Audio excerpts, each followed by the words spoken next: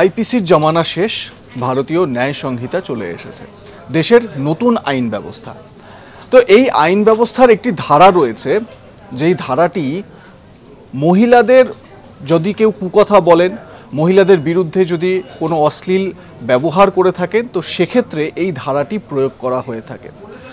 যেটা বলা হচ্ছে খুব ইউজফুল একটি ধারা, সেটি হচ্ছে 79, মানে 79 নম্বর ধারা। ভারতীয় ন্যায় সংহিতার 79 ধারায় বলা হচ্ছে, যদি কোনো ব্যক্তি কোনো মহিলার প্রতি কুরুচিকর মন্তব্য করেন, অশ্লীল কোনো মন্তব্য করেন, নারী পুরুষ নির্বিশেষে যদি কোনো মহিলার সম্মানহানির চেষ্টা করেন, তার আত্মমর্যাদা ক্ষুণ্ণ করার চেষ্টা করেন, তো সেক্ষেত্রে এই আইনের মাধ্যমে বা এই ধারার মাধ্যমে ওই ব্যক্তিকে, ওই মহিলা বা পুরুষ যেই এটা করে থাকবেন না কেন, তাকে কড়া শাস্তি দেওয়া হবে।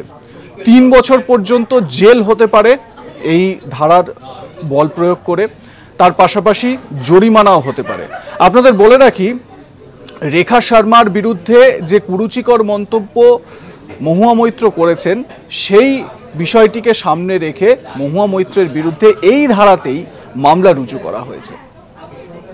এ বিষয়ে আরো বিস্তারিত জানার জন্য অবশ্যই সাবস্ক্রাইব করুন আজ তাক বাংলা।